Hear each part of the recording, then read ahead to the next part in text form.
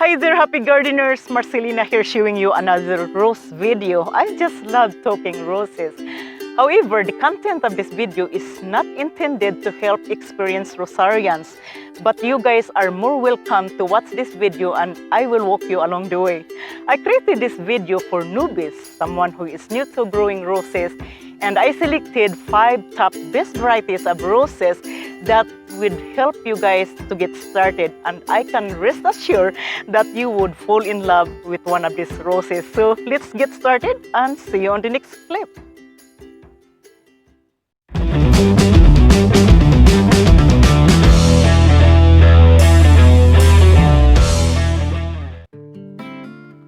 Alright, selecting a perfect rose is not easy. I'm going to help you guys choose varieties that are easy to grow and easy to maintain.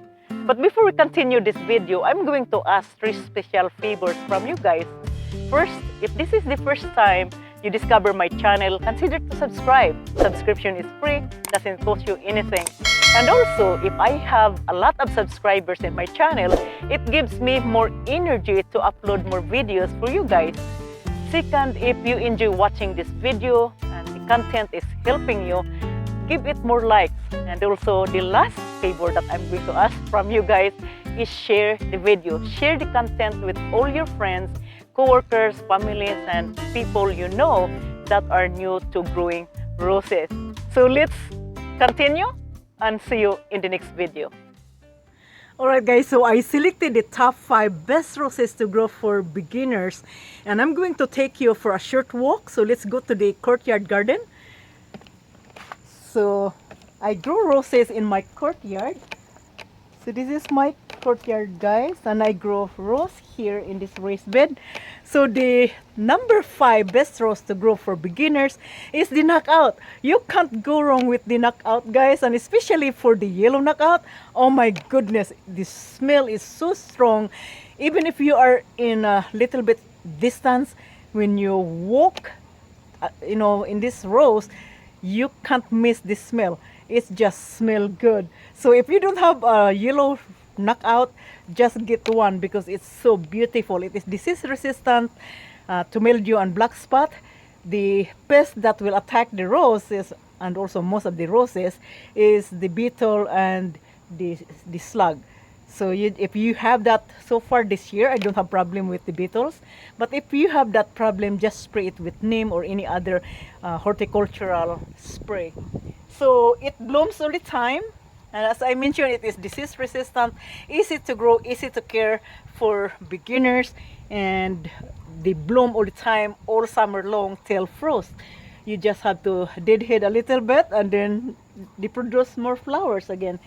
So I grow it in here because it's just beautiful. If you have a company, I have my friends come over here for a cookout and they see all of these beautiful bunch of flowers of this knockout, and it's just beautiful. So I have the red knockout. There are new added color for the knockout that you guys can choose. There are beautiful pink, and I'm going to share with you one of the pink that I like.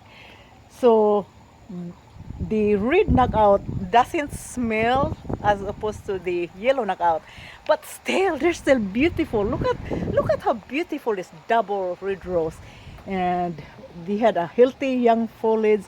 So it is just an easy low maintenance rose, and that's why they call it the knockout family rose, because there's not much care to it. So I'm going to walk you to the other side of the garden. Okay, so this is the coral bell. I did pruning on this rose, so it is grown in the container, and I'm going to grow this in the ground so it can grow well. And as you can see right now, since I do the pruning, it just producing another flower.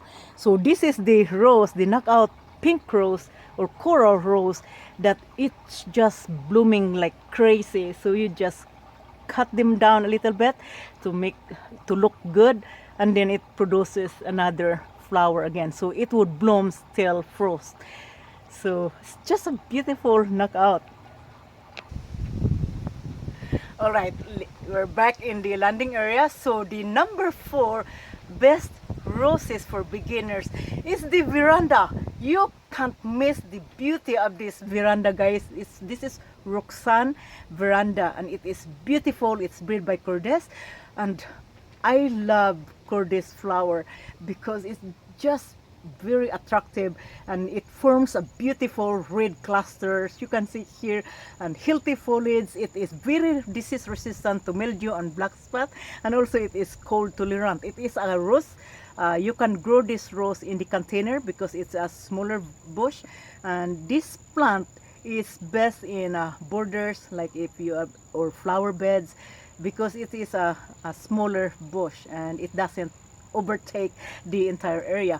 But this is just as perfect for rose for beginners, and you don't have to do anything much of this rose. It grows well with different type of soil, as long that the soil has a good drainage.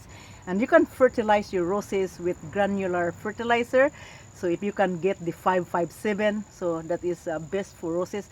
So get the fertilizer that it is specific for roses. And I fertilized this this spring, and also in the late summer, and I'm going to fertilize again in the late fall. But I'm not going to fertilize with the granule. I will fertilize it with the liquid because it is approaching to the winter time. So you don't want to fertilize the rose with the slow release fertilizer, because it would not be able for them to get prepared in the harsh environment. So don't fertilize your rose with a granule or the slow release fertilizer in the late fall. Fertilize it with liquid fertilizer. So this is, again, this is very good disease resistant rose, and it needs full sun. It at least 6 to 8 hours of sunlight, and it has a beautiful dark green leaves.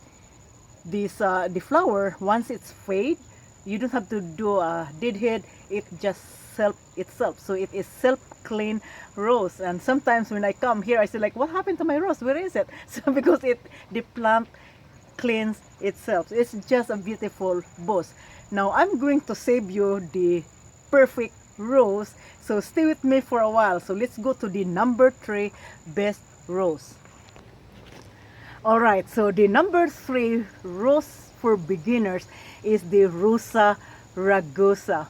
Rosa Ragosa is also known for Japanese rose. This is one of the toughest rose above all roses, because it can tolerate salt spray, it can tolerate drought. So even if you don't water them more often, they still survive. They are very disease resistant, very pest resistant. I don't know what pest would attack with this rose, because I don't see any worm or any slug. It's just beautiful. So this is the very strong kind of plant, and it is good for beginners. So if you are new to roses, this is the perfect rose to grow in the garden, because you don't have to do anything. And this rose is growing as sucker. So if you grow them in the soil or in the ground, it grows from below. So it is a sucking rose, because it produces a lot of suckers to produce new shoot. And in China, this rose, they consume the flower as a jam, or And I'm going to give you a little bit history of this rose, because this rose has a legend, and it has been around for so many years, and it has been distributed to all countries. And in fact, this rose is most valued by breeders because of the resistant to cold, and also resistant to disease. Alright, so why Grow Ragosa? So I'm going to give you a little bit information of Rosa Ragosa. Rosa Ragosa has a very prickly stem, so you have to be careful of this rose, because it has this prickly thorn, and if it's closer to you, you can easily get poked of this thorn. So it has the term Ragosa is a Latin word of wrinkled, as you can see at the top surface and also below the leaves. It's wrinkled. It's almost like the under in your mouth, behind your mouth, that there's a wrinkle, the rage. So that is the means by ragosa. Now the ragosa, it produces very beautiful single fragrant small pink flowers, and it blossoms all the time. It covers the whole entire plant, and the bloom mostly start in the spring. They're very glossy. The only thing that I love about the ragusa is the leaves. It has this beautiful, healthy, dark green foliage, and it grows up to 4 to 6 feet tall, and it thrives in full sun to part shade, and it tolerates with any kind of soil, or poor soil, sandy soil, or any kind of soil. And also it is a drought tolerant. So mostly this rose is popular in the roadway, or some in the beach, because they are very resistant, or very tolerant to salt spray, and they're attractive to any pollinating insects like the butterflies and birds.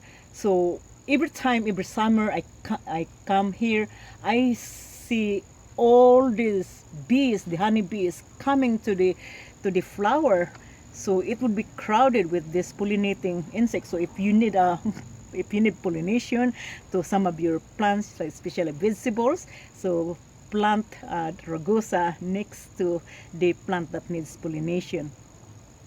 So this cultivar is introduced in some other countries. It is native to Asia, in China, Japan, Korea, and some other part of the region. And it was introduced in England, from Japan in 1796, and then after that it spread to different countries. So ragosa, as I mentioned, was favored, is valued by breeders because of the disease resistant and cold tolerant, and it can stand with any kind of harsh environment. And ragosa was introduced to North America in 1845. Oh my gosh, that was a long year that we had this ragosa, and this is a trouble free plant. So I was happy that I have this ragosa in my garden. So what I'm going to do here, I'm going to transfer this plant, because it is grown in the container, and I want to see this rose to grow bigger, because it grows bigger and wider. So just be careful, again, just be careful that you don't get close to the ragosa, because it has a prickly thorn. Now, propagating the ragosa, I had problem propagating by cuttings, and this is the second attempt that I propagated by cuttings with this rose, and I failed. So what I'm going to do next is grafting. If I still fail the grafting, then I might have to do the sucker and see, if I could root the ragosa.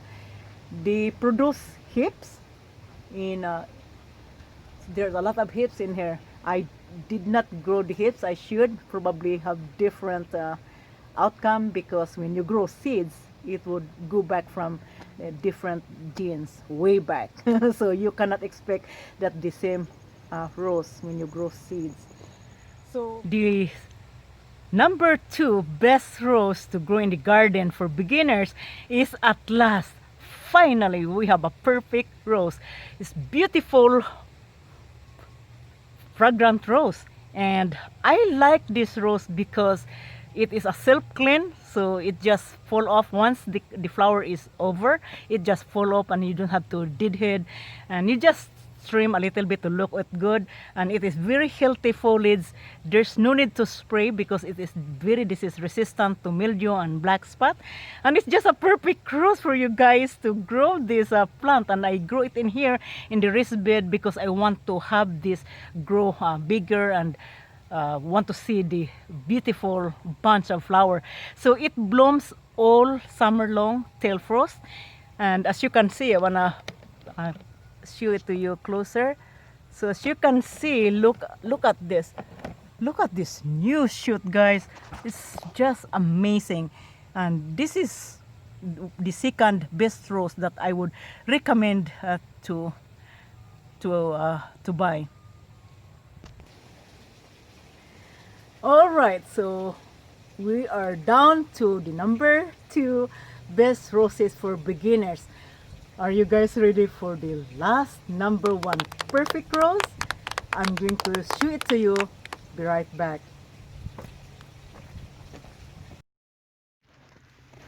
Okay, y'all. I just want to know how come you haven't subscribed yet. I got over 30 dang videos out there, and I ain't getting enough subscriptions. How come y'all haven't subscribed yet? Well, what's the purpose of all subscribing? Because when you subscribe, you help out my channel, and also YouTube likes to send out more videos to everybody else as a recommended video. So, what do you think about that, Ma? Yo. Subscribe, yo. That was pitiful, Ma.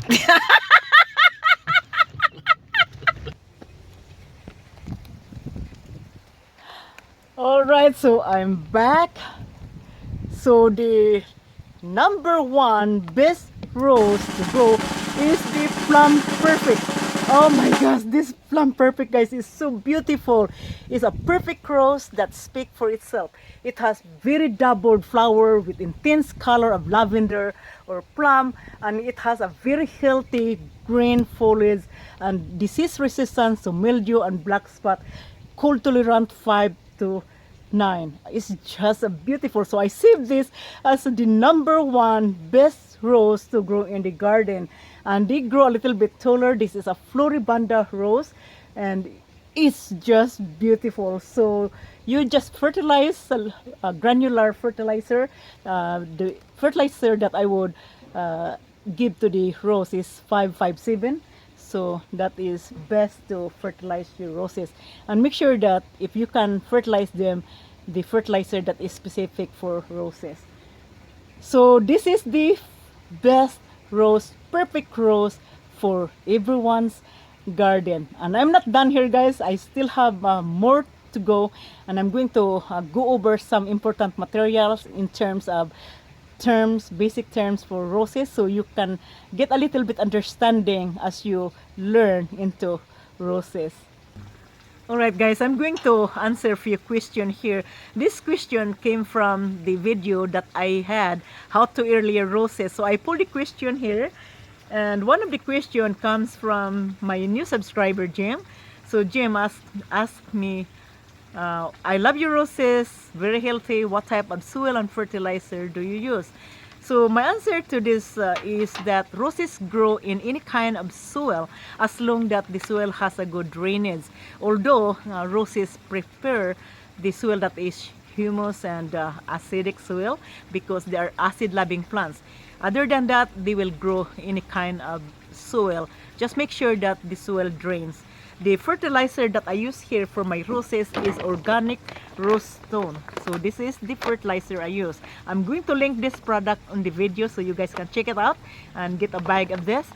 I mix 1 cup of rose stone and work into the soil. I combined with magnesium sulfate, which is also the Epsom salt.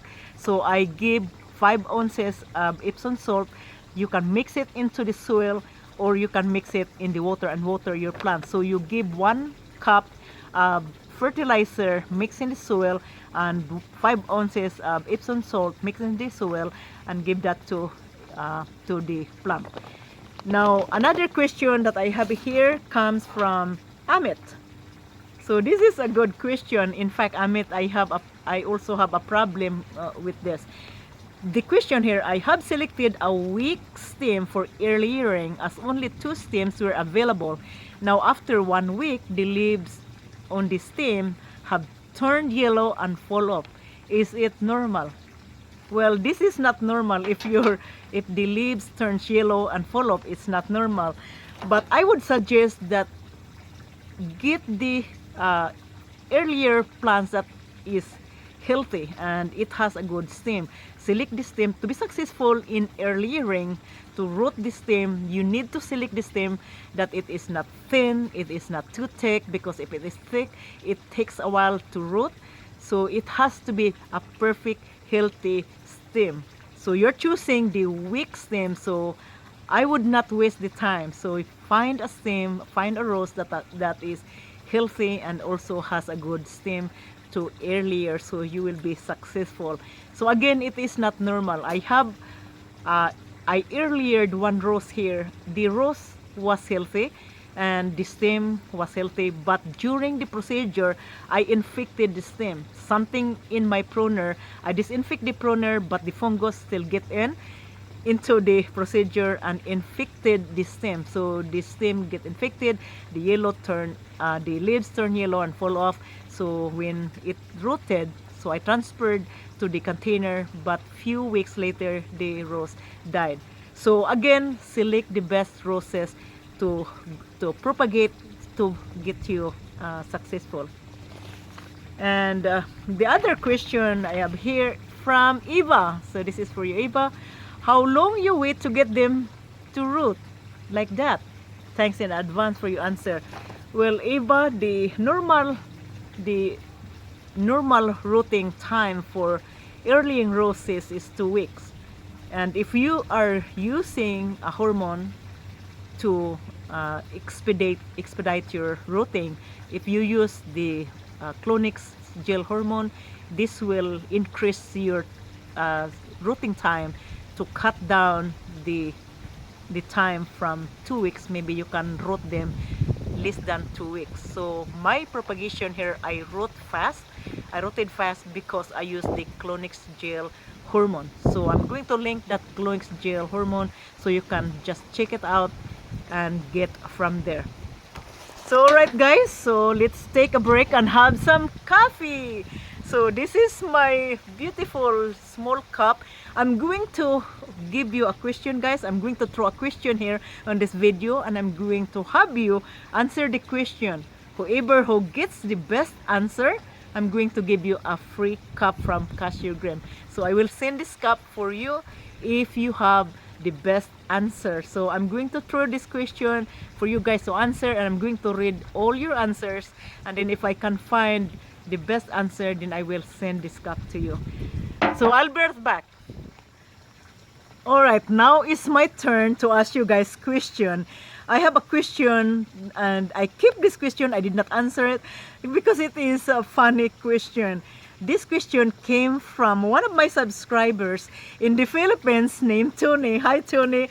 So if you guys can answer this question, I want the best answer, and if you can give me the best answer, I will send you a free cup from Cashew Green. So I will send this cup right away to you as my gift.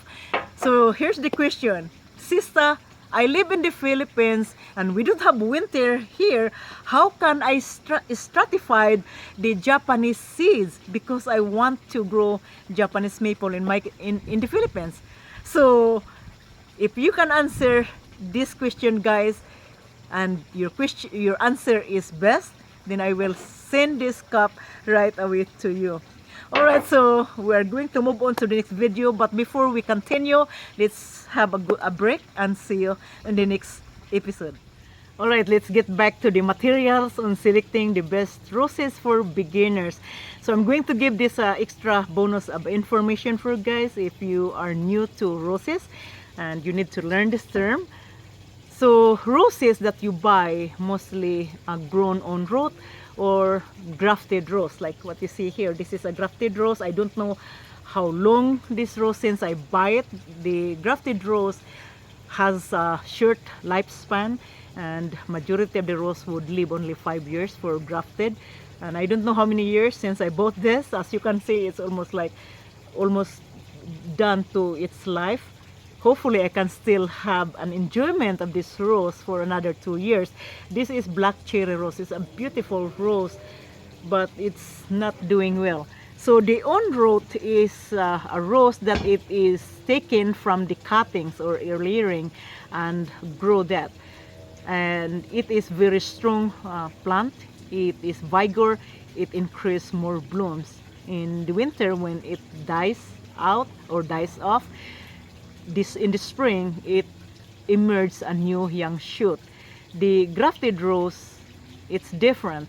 So if it dies, it would not be producing new young shoot, but what you end up is more sucker, and I'm going to show it to you.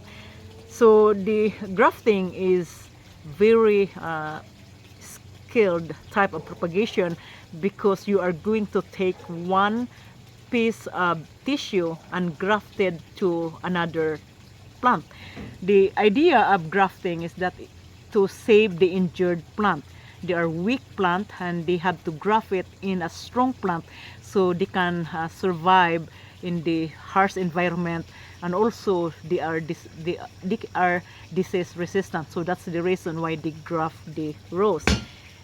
And I'm going to show you. Let's take a look with the grafted rose that I grow. All right, so this is the rose, guys. The original rose, the graft, was a beautiful David Austin rose. It's yellow rose, and it was beautiful, but it died in the winter. So what I have here is a bunch of sucker. So this is Dr. Huey, and Dr. Huey is a very strong rootstock, and this is very popular in agriculture, commercial agriculture, to graft plant. And I did not take this out because I'm going to use this as my rootstock. So they have a beautiful red flower, and even, you know, even if I have it in here, I still keep it for the flower because, as I mentioned, it has a good blooms. All right, so the question you might ask, this question: should I buy on root roses or grafted roses? I would recommend to buy on root if you want to enjoy a longer period of time for your roses as opposed to grafted. But majority of the grafted rose are beautiful, so you have a lot of selection. But again, it is individualized. So some people, you know, mostly they buy grafted roses. Now roses are classified by Floribunda, grandiflora, and hybrid tea. So the difference between the Floribunda and grandiflora is that Floribunda, like this one here, I'm going to show you, the Plum Perfect is a Floribunda. It is a beautiful flower. Floribunda means more flower. So the plants produces more flowers, continuous bloom, and it is a crossbreed between Polyantha rose, is another rose species, and bred with the hybrid tea. So that's why they have this beautiful cluster of different colors of flower. So the idea of the crossbreed is that to create a rose that blooms with a Polyantha profusion and with hybrid tea beauty. So that's the purpose of the crossbreed of this Floribunda. So that is Floribunda. Floribunda means more flower. Now the grandiflora, the difference of the grandiflora is that it has this huge flower and it forms a cluster of beautiful large bloom in one plant. And Queen Elizabeth is one of the example of the grandiflora rose. I had a Queen Elizabeth, but man, it died a few years ago. I might have to buy another Queen Elizabeth. Queen Elizabeth is a beautiful grandiflora rose, beautiful pink rose. Now I'm going to show you the hybrid tea. Alright, so this is the hybrid tea. Oh my god, look at this, beautiful. Look at this, very seductive red rose. I just love hybrid tea. My partner prepares grandiflora and floribunda, but I love hybrid tea because it's just beautiful, and only one flower. Hybrid tea can only produce one flower in one stem. The stem is longer and straight upright, and that's why it is good for cutting. And when you see in the floral, so you can see a lot of hybrid tea rose. So look at that, look at how beautiful. It's already in the full bloom.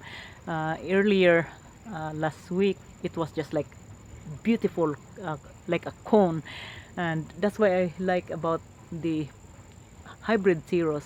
So this is veteran honor, and this is not one of the rose that I would recommend for beginners because it needs a lot of care, and it can easily get black spot and mildew. So it is not good for beginners if you are new to roses. Alright, so this is for today, and I hope you enjoy the video as much as I am. If you guys are new to my channel, consider to subscribe, and also don't forget to like and share, and see you next week. Peace.